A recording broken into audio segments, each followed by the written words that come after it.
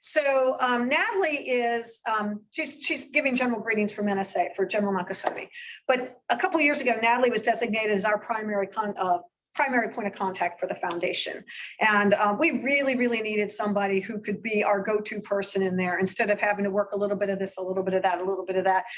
Painful exercise to do that with NSA. So George Barnes, the deputy director, said, your person is Natalie Lang. She's the director of engagement and policy at NSA. And what a huge difference that made in our relationship with the agency and how we can work problems and work programs together. With working with Natalie and Tony Verstandig, one of our board members, and myself, we were able to get a signed memorandum of agreement between the National Security Agency and the foundation that really is the foundation of our partnership. And so really, really critical. I can't say enough about how important that was for Natalie's role in doing that. So without any further ado, I'm going to turn it over to Natalie to send greetings, and hopefully she should come up when she starts speaking as the speaker wheel. Laura, thank you. First, appreciate the kind words. Second, good morning, everyone. I will first say greetings from General Nakasone and from George Barnes. Send their warm greetings on to you. And this is usually the 10-minute period once a year at your general membership meeting that we give the state of affairs at NSA. So I will do that today, obviously at a very high level, but I would echo Laura's comments to start on the state of the partnership between the National Cryptologic Foundation and NSA, where we've come in the last 2 years has significantly paved the way, I think, to take this to all new levels from a public-private collaboration and a focus on cryptology for the future. So Laura, I certainly second the thanks for the partnership. But let me give you a quick sketch of what things look like at NSA right now. And I'll talk a little bit about the operational update and a functional update, if you will, sort of health of the org and where we're going, and then the external engagement efforts. And so on the operational side, between foreign intelligence and cybersecurity, it will be no surprise to you that Russia and China are our #1 priorities. On the foreign intelligence side, everything that you're seeing, obviously, in the news side, on the aggressions from Russia into Ukraine, when you see that whole of government approach across Department of Defense and the Director of National Intelligence, NSA is fully part of those intelligence analysis efforts and have supported and leaned in for both those sets of intelligence requirements. And on the cybersecurity side, we've really worked closely with FBI and CISA specific to our nation's networks and our national security networks to harden those networks and share insights as broadly as possible through those 3 organizations from a cyber defensive perspective. And I'll talk more about that in a minute, but that's really, I think, given what everyone's seeing right now, starting with Russia and Ukraine is a very clear #1 focus for the agency right now. And viewing Russia is really never done inside the agency without also viewing China together. And we use a bit of a weather analogy to look at both of those, looking at Russia being kind of a proverbial tornado with China being climate change. So when you look at what Russia is right now from a tornado perspective, obviously it's a near-term threat. It's something that needs to be mitigated, and it's something that can cause harm, not to our nation only, but to allies as well. But concurrently, when you look at China being a much broader, more strategic level, pervasive threat, that climate change, that's really the way that we are viewing China right now. And on an operational front, what that has meant for us really over the last 2 years in particular is a change in our core analytical approach with our core group of analysts. So if you think about appropriately for the last 20 years or so, all of our analytic efforts were through the lens of counterterrorism with good reason. Well, now, even though we are still cognizant of and defending against the physical threats from counterterrorism, we are really in a new analytic cycle where we need to take much more than just a physical threat into an account. Not that China's military is not a threat, but we have to sort of recode our analytic effort to look at things like malign influence and global influence and more of a competition perspective for intellectual property and economics and trade, because that is all part of China's strategic approach for dominance. So when you look then on the cybersecurity side, China is a pervasive and aggressive threat in this space. Again, that will come as no surprise. But I will share some of the things that we've been working very much in the public domain on from a national security agency perspective that speak a bit to the external engagement aspect that I'll talk about at the end of my brief remarks here. On the cybersecurity front, one of the ways that NSA has really leaned into connecting with the public is through cybersecurity advisories, or CSAs. And this is in no part going to mitigate the full Chinese threat, but it certainly gives us a way to take that pervasive cyber presence, which really aggressively, from a cyber and cyber secret stealing perspective, aggressively targets not only ours, but our allies from a political perspective, economic, military, even education and academia, and critical infrastructure. So we see that widespread progressive targeting approach from them, but even within that, we see whole organizations targeted as well as individuals. They're pulling out intellectual property as well as PII, personally identifiable information. So when you look at this broad approach, all of this done in order to advance their defense industrial base, this is that strategic level threat that we're facing, which for us goes across both our foreign intelligence and cybersecurity missions. So one of the things that we have really ramped up in the last year are these CSAs, and we issue these in conjunction with FBI and with CISA, and these are posted to nsa.gov for broad distribution, broad usage, broad reading. And to just share one example of one that went out in the last year, we shared across FBI and NSA and CISA our insights on over 100 TTPs, the tactics, techniques, and procedures that China state-sponsored cyber operations are using. And those 100 TTPs vary from showing China using multiple VPSs, virtual private servers, in a round-robin fashion to avoid detection, using those same virtual private servers in homes and private offices. We also see them immediately exploiting any publicly announced vulnerability. We see immediate exploitation on the Chinese side. And then, of course, we see them actively scanning and actively placing malicious links in their target spaces. So this is one example of one of those ways that NSA is really opening the aperture in conjunction with FBI and CISA in that public space to counter the Chinese threat. One of the challenges we see in the Chinese space is that when you pull, let's say, an entire business sector together and you pull the intelligence community together and you say to them all, China is fill in the blank, where we are immediately saying adversary threat, you'll have a lot of the business sector saying business partner, manufacturing center, investor. Both sides are right. So we need to figure out a way in the public-private collaboration domain to figure out how we're going to work that space to the benefit of the nation and, of course, for the security of the nation. So I'll move now to some of the functional things, for lack of a better word, that we're looking at, things that really affect the health and longevity of NSA. And I'll offer three brief ones there, one of which is resilience. And this is beyond just the redundancy that we've looked at in the past. Where is NSA building in resilience in our workplaces and in our work locations? So where are we if we are moving to this broad strategic focus of a mission? Where are we conducting that mission so that we make sure that if one location is non-operational for any reason, we have not lost our strategic advantage in still going after that mission?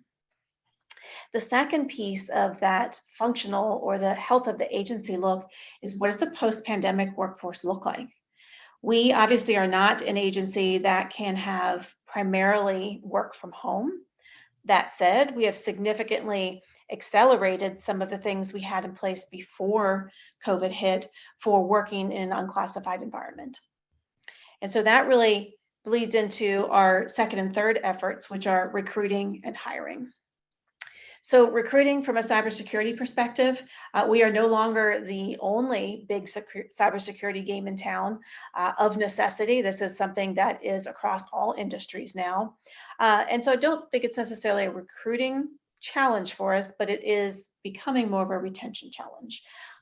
Once somebody has, say, 15, 20 years of deep cybersecurity or foreign intelligence expertise, where are they taking that expertise? Are they moving to private industry? Are they staying with us?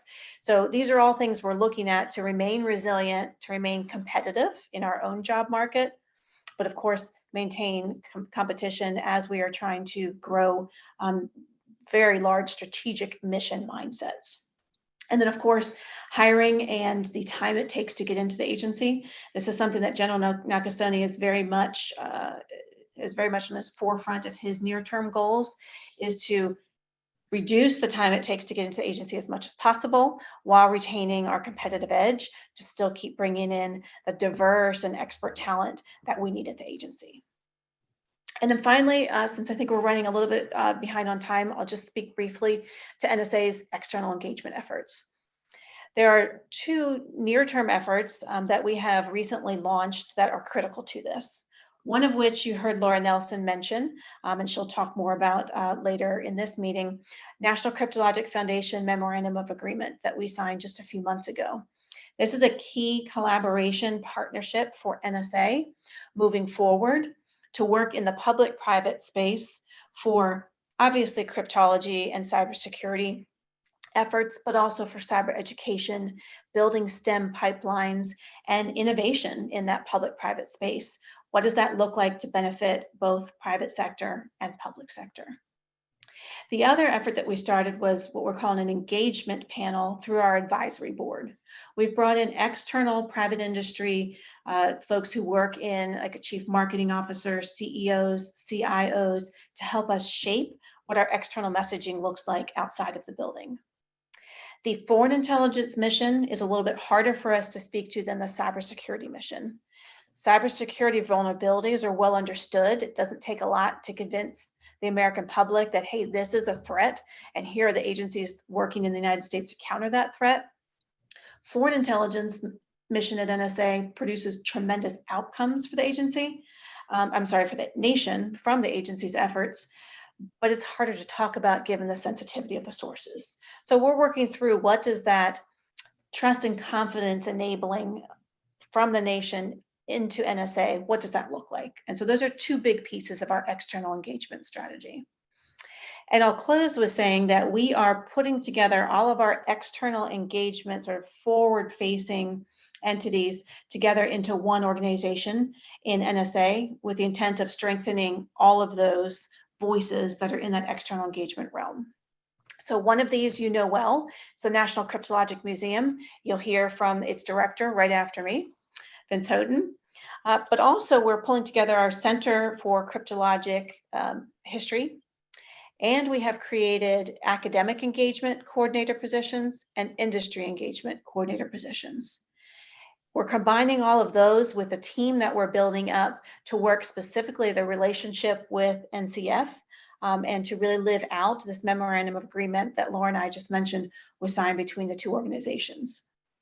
So the last one you might have heard from an external facing group is the Cybersecurity Collaboration Center.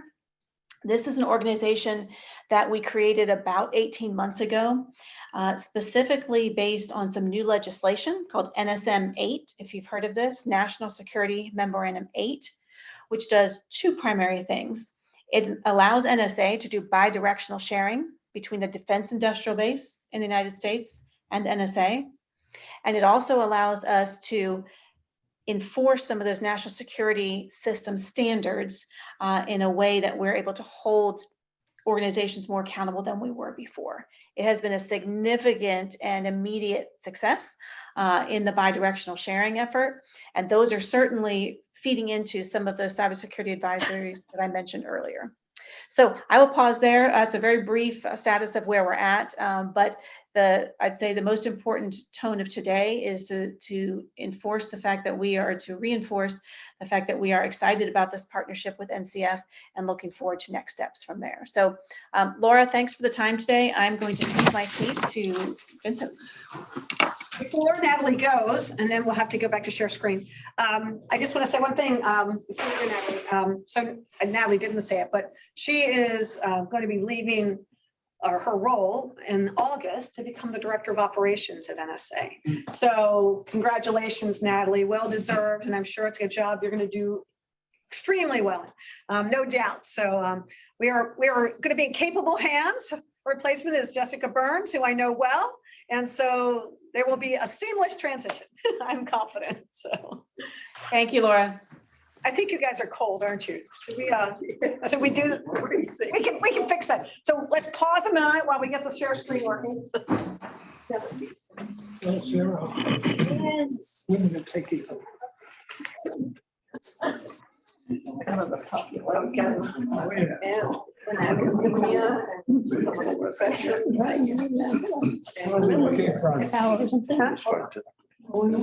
want this one?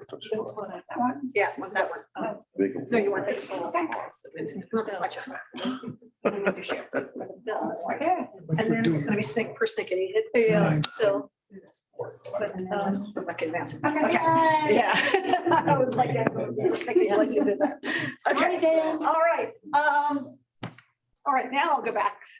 So, all right, so now our next speaker is Vince Houghton, who is the director of the National Cryptologic Museum. He's going to give you an update on all the stuff going on with the current museum, which is a lot. So without further ado, off to Vince. Thank you, Laura. Yeah, no, there's no kidding. We're although we've been closed now for going on a little over 2 years, we haven't been just sitting around doing nothing. We've been hard at work getting the museum ready to, drum roll, reopen in a couple months.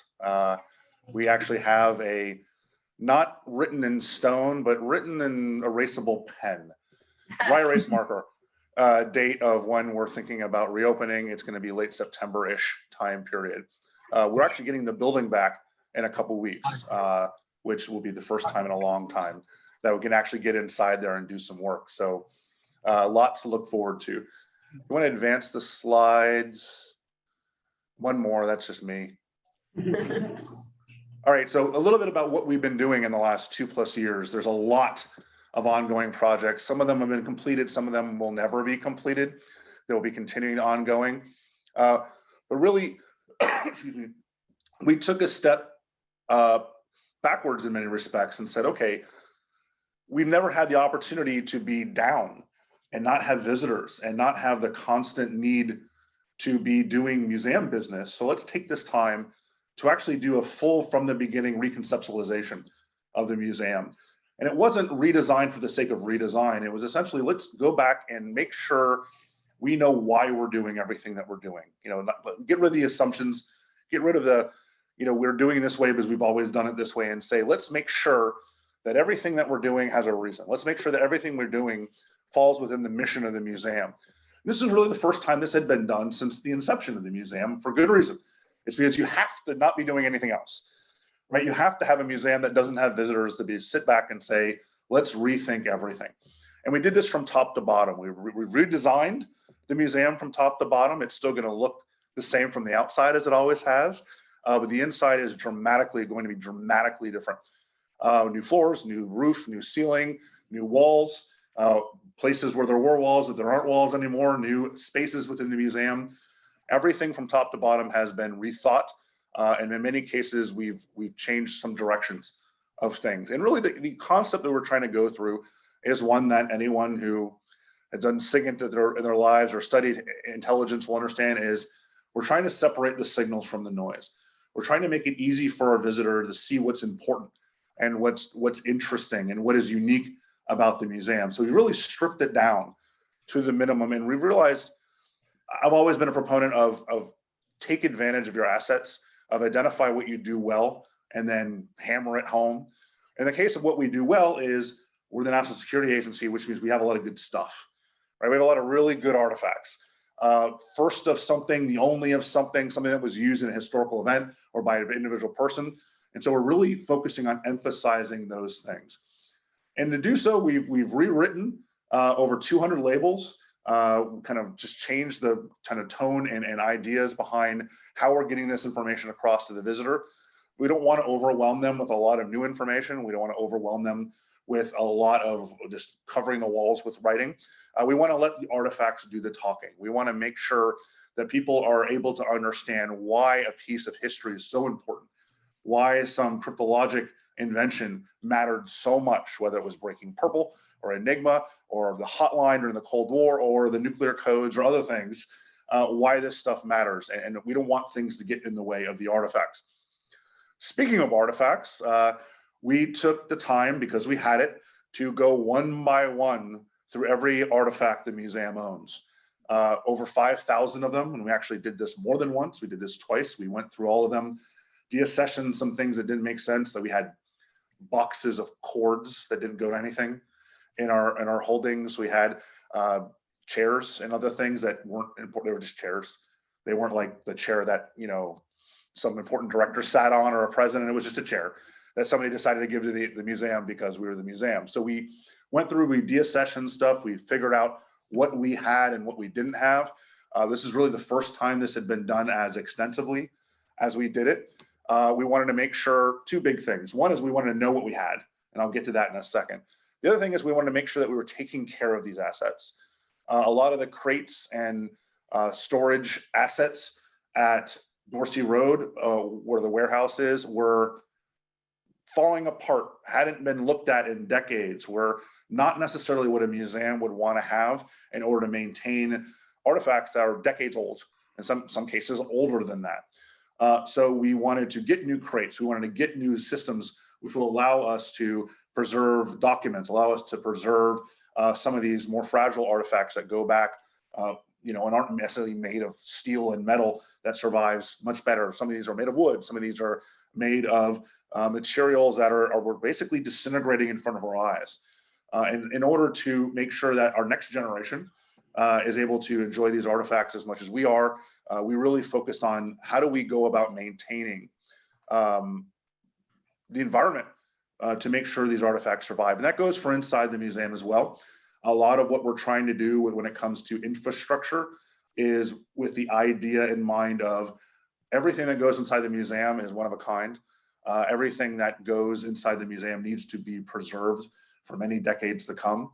And so we want to make sure that we don't have a leaky roof. We want to make sure that we have environmental conditions that are conducive to taking care of artifacts, which means everything from relative humidity to temperature to lighting and all these things are going to be either fixed by the time we open or in the process of being fixed. And what this allows us to do is really open up the kind of things that we can have inside the museum. Things perhaps from the Library of Congress and the National Archives that go back to the founding of this country. We could never have those before because the building could not sustain the environmental conditions necessary for putting on display a letter from George Washington to Lewis and Clark in code. I wouldn't want to put that in the old building, but the new building will hopefully have the new revised building. Certainly the CCI will. The new revised building that are in limbo until we get that done. We are trying to make the conditions to the point where they're good enough for some of these really cool artifacts that we've never been able to have before.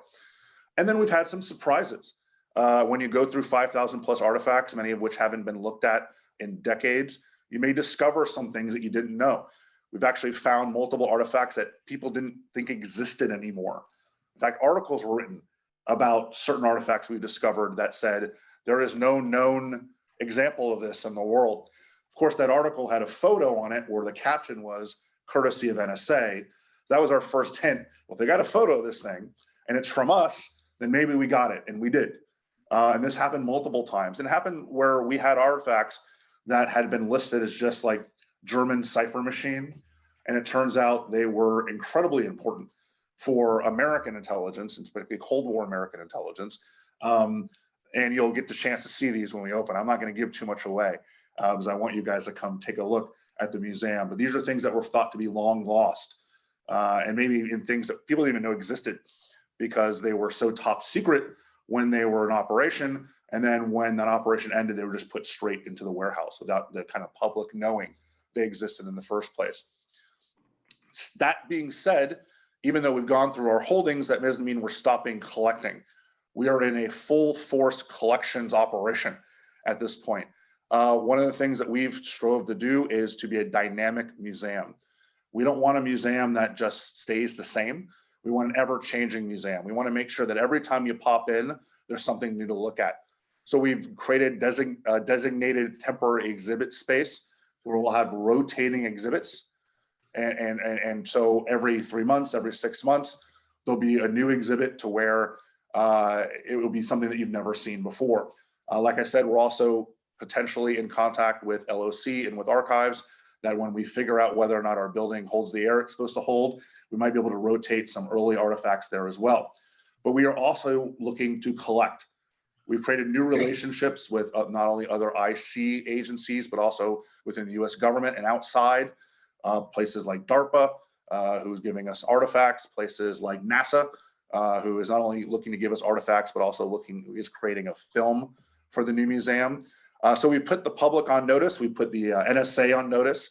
It is now essentially standard practice that before a particular department within NSA is going to get rid of something, that they give us a phone call first, because it may be something that we want for the museum. And this has actually paid significant dividends in that we've increased our artifact count, our collection significantly. Even though we've deaccessioned a lot of stuff, we've added a bunch of stuff too that might be really interesting in the future for a temporary exhibit or for changing up the permanent exhibit.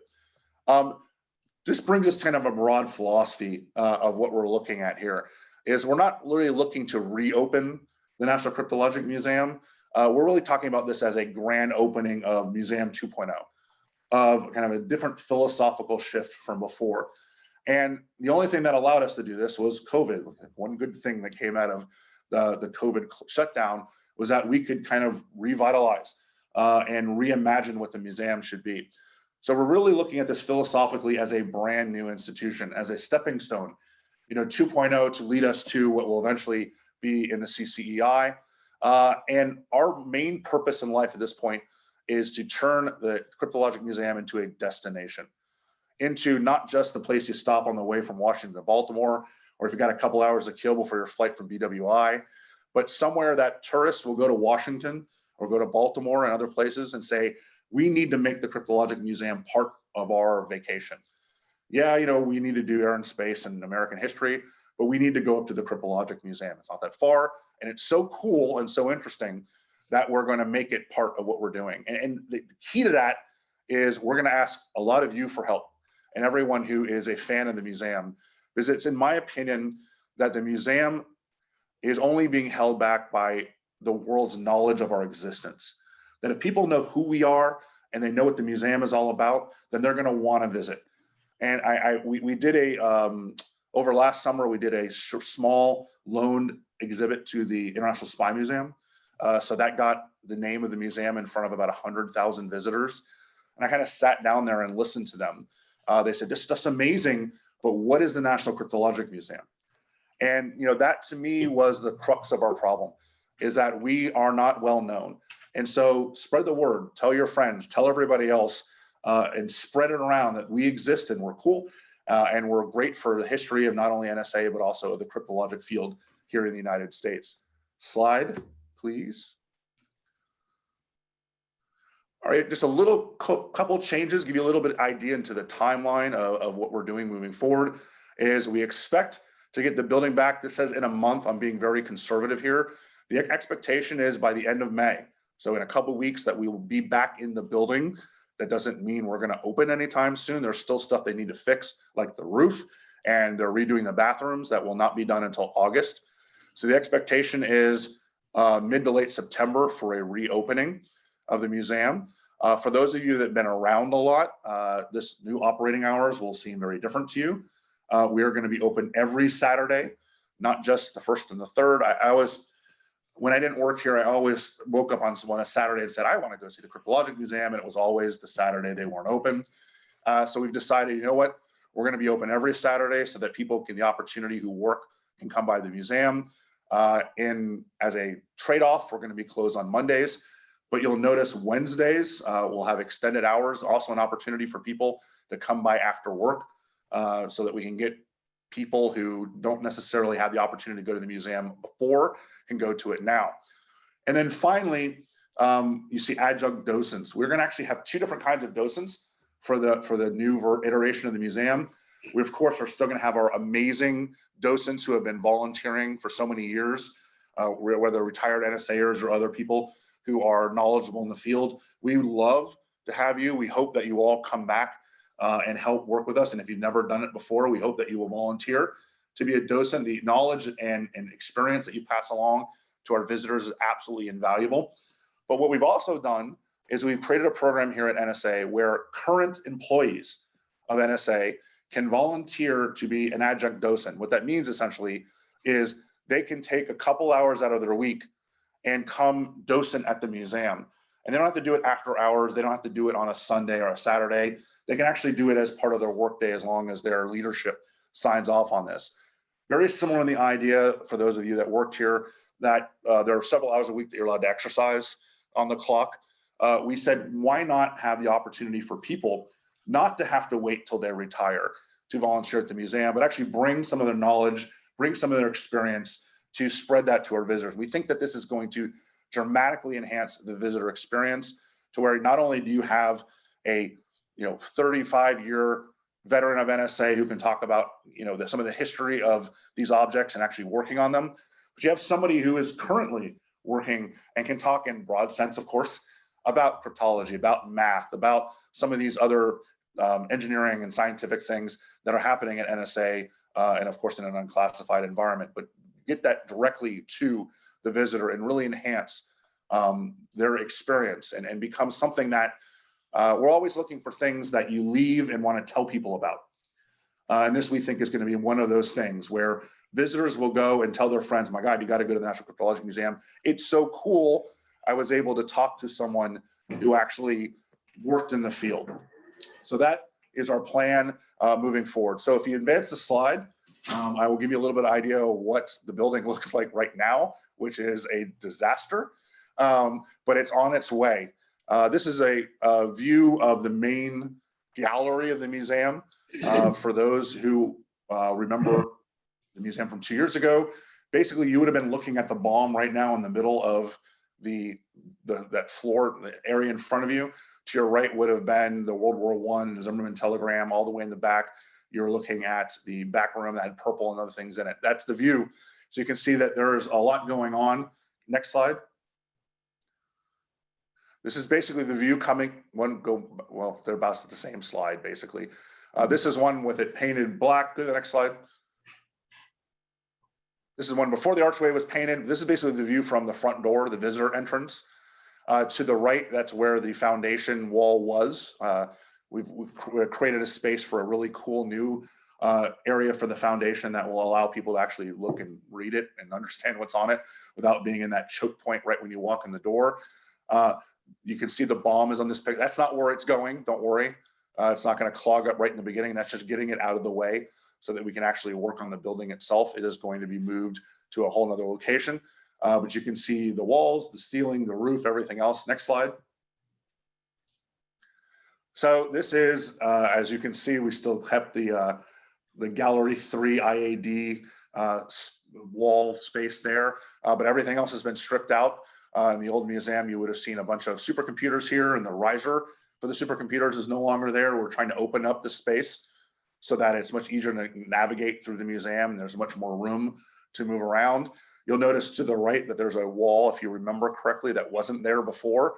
Actually, we've created an entire new space dedicated to linguistics and language that we think is going to be a really cool environment for visitors. Part of this will be history. Look at the Navajo code talkers and some of the other things in there. Part of it will be a hands-on interactive experience dealing with linguistics, dealing with the nuance and kind of the cryptology of language, for lack of a better phrase. Next slide. So this is what used to be where things like purple were and some of the World War II era stuff, some of the Korean War stuff. I included this slide because you'll see that brown wood door. This is a wonderful new addition. How can a door be wonderful? This is actually a doorway into our storage area, what we call door 15, where the artifacts are stored. In the old days, we used to actually have to walk artifacts outside of the building all the way around to bring them in. rain, slow, sleet, it didn't matter. If you needed an artifact from door 15, we had to walk it outside of the building. Now we've created an opportunity where we can go directly into it. This won't look like this. They're actually going to create a door that's going to essentially melt into the rest of the wall so that we can have essentially a secret entrance into our holdings. But this was one of the things that really highlights our attempt to do artifact preservation, so that we're literally not rolling priceless, one-of-a-kind Enigma machines in the rain to try to get them around inside the building. And that's really, again, indicative of the kind of direction that we're moving in. I saw some chat questions come up, so I'll actually pause because there may be some, I didn't see what the questions were, I just saw them popping up. But anyone paying, is it Rebecca or someone paying attention to what, actually I can do that myself, can't I? Computer's hard to work with. I'll look at them in here. Rebecca's changing your slides, Vince. Yeah, let's only give Rebecca one job at a time. Oh, that's fine. Someone corrected me on, well, it would be from Jefferson to Lewis and Clark, which I should have said, and I didn't. Did you get the jukebox working? I don't even know what that's a reference to. So I guess the answer is no. That's the other. But we are in a position where most of the stuff you expect from the museum prior will be in this one, maybe in a different form, a different fashion. But we've also been able to expand the content of the museum. Interestingly, with things that were still classified. The last time there was a real kind of switch in the kind of museum content, several things that we have in the museum moving forward were actually still classified. So like I said, we're in a position where we've let every NSA directorate know that don't get rid of anything before they talk to us. And so there have been things declassified recently, particularly NC2 stuff, but others as well that just couldn't be in the museum before this because they were not open to the public before this. And we're actually going to be able to show this to the world because now these are things that are now declassified. The computer cartridge retrieve. That jukebox. So no, we actually had the people from Storage Tech come and give it a couple whacks, and that was not something that we were able to do. We've actually minimized somewhat the we've expanded and minimized the computer section. We're actually going to look at evolution of computers starting all the way with Colossus through a recently classified Cray 2 computer that again was not available to the museum beforehand. We are going to include several other machines along the way. The Thinking Machines computer, is that the Frostburg? Yes, yeah, because it has blinky lights and we want to make sure we have the computer with blinky lights. But yes, you all get a chance to see this stuff moving forward in not too many months. We want to make sure that we have across the board inclusion of things from Abner to Harvest to Frostburg to all the different Cray systems, but going all the way back to things like Colossus and kind of the spark that got everything going. We're also going to have a filmic experience where I went and I interviewed a number of the Queens of Code, so we can include some of the real history of NSA, particularly with the computer technology that goes from that time period moving forward. So there'll be opportunities here for a lot of things. And again, if it's something that you don't necessarily see as part of the permanent exhibit, we've carved out space and we plan on having temporary exhibits where we can really highlight in to particular artifacts or themes or other things like that that we were not able to do before because the space just was not available to carve out things that weren't on display permanently.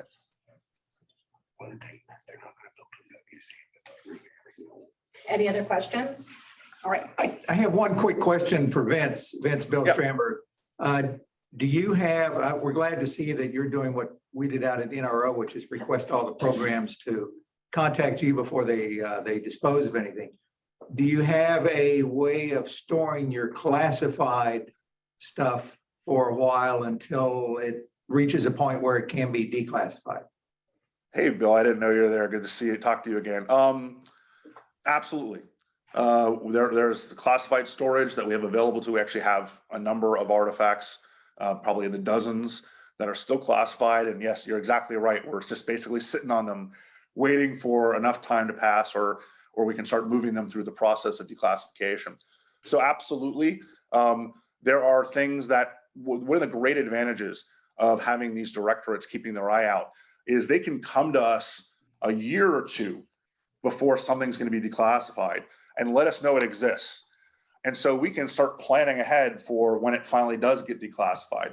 And so there are several things that are in the process right now of, we're hoping one day that we will be able to show in the museum, but we are aware of them and we're working them through the process of declassification.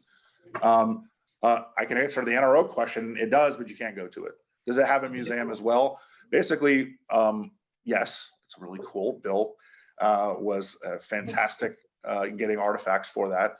And then there's several artifacts on display at the International Spy Museum, if you want to go check out an SR-71 camera or other things. But the one of the advantages of the Cryptologic Museum is we're the only ones. And this is the mantra that you can tell everybody. We're the only IC museum that is completely open to the public. FBI sort of is. You got to get like a special permission to go through your congressman or something. Obviously, CIA is behind closed doors at Langley.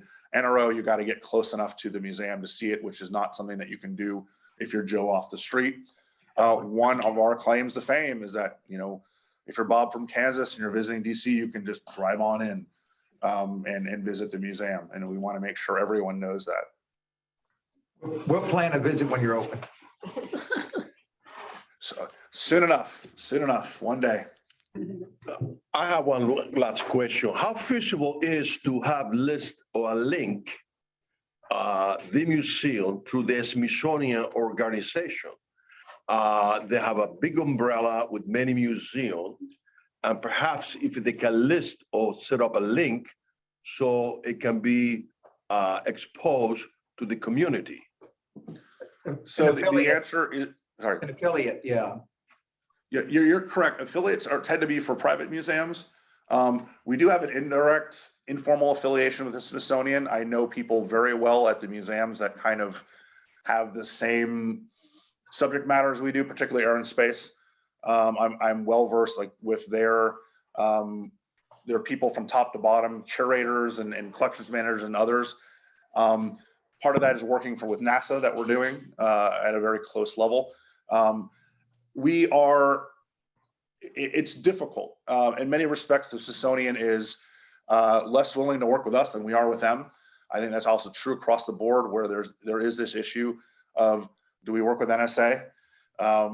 That's not necessarily solved yet, but I'm always on the lookout for finding ways to be collaborative with other museums. Again, with all the different IC museums, with all the different museums within the DoD structure, whether it's the US Army Museum, Air Force or Navy Museum. We're already in talks about cross promotion with all the different DoD based museums so that anyone that goes to the US Army Museum in Fort Belvoir hears about us and vice versa. But there are informal ways of doing that. I'm not entirely sure that they would agree to do a formalized relationship with us. And I'm not sure that affiliates can be government owned museums. I actually have to look into that. So do you talk to the National Museum of Computing? Yes. So I have good relationships with multiple museums in the UK, the Computing Museum being one of them, Bletchley Park being the other one. Both the CEO and chief historian of Bletchley Park are colleagues, and actually the chief historian is a friend of mine. And Dermot Turing, who is a board member there, is someone I know pretty well as well also. So I'm trying to, again, create as many connections and collaborations as possible so that not only can we work within the confines of what NSA did and what American cryptology did, but we can have a lot of crossover with our like museums across the world, and certainly within the Five Eyes, Bletchley being obviously the obvious one, because essentially, since GCHQ doesn't have an open museum, Bletchley is really kind of our sister museum in the UK. And I was there a couple weeks ago, actually, in, well, I guess a little more in March, and had a long conversation with their entire staff about ways that the Cryptologic Museum and Bletchley can work together, whether it's on virtual programming, in-person programming, artifacts. They don't have a whole lot of artifacts that we want, but we actually have artifacts that they want. So you actually have our name being put in front of the people who visit Bletchley because we're in talks of loaning them some artifacts as well. So yeah, love the ideas though. I mean, maybe there are things that I'm not thinking of, or maybe people out there have connections that I don't. And I'm always looking to make connections with institutions that could potentially help us or that we can work with in some way.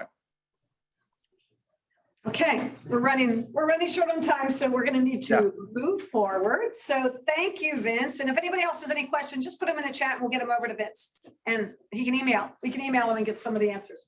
Sounds good. Thank you. Okay.